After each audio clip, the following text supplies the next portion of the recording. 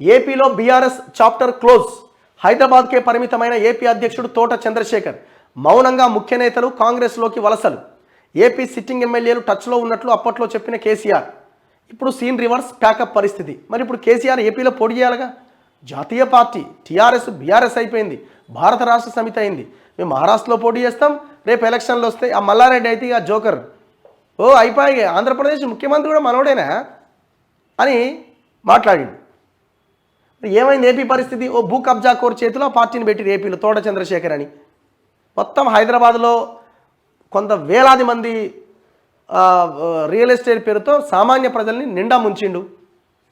అట్లాంటి వాడిని తీసుకుపోయి ఆడ ఏపీకి అధ్యక్షుని పెడితే ఇక్కడ హైదరాబాద్లో రియల్ ఎస్టేట్ దందాలు చేస్తున్నాడు. రేవంత్ రెడ్డి గారు ఆ తోట చంద్రశేఖర్ మీద కూడా దృష్టి పెట్టాలి మీరు. చివరికి ఏపీలో ఆ పార్టీకి ప్యాకప్ చెప్పేసిరట. ఆంధ్రప్రదేశ్లో బీఆర్ఎస్ పార్టీ చాప్టర్ దాదాపు క్లోజ్ అయింది. అక్కడ ఉన్న ఆ పార్టీ నేతలు ఇప్పుడు తమ దారి తాము చూసుకుంటున్నారట. ఇందులో పలువురు కాంగ్రెస్ కండువా కప్పుకొని ఏపీలో జరగబోయే అసెంబ్లీ ఎన్నికల్లో తమ అదృష్టాన్ని పరీక్షించుకోవడానికి రెడీ అవుతున్నారట. ఏడాది కింద ఏపీలో అట్టహాసంగా బీఆర్ఎస్ కార్యకలాపాలు ప్రారంభించారు. తెలంగాణ అసెంబ్లీ ఎన్నికల్లో బీఆర్ఎస్ అధికారాన్ని కోల్పోవడంతో ఇప్పుడు ఏపీలో పార్టీ కార్యకలాపాలు పూర్తిగా బంద్ అయ్యాయి.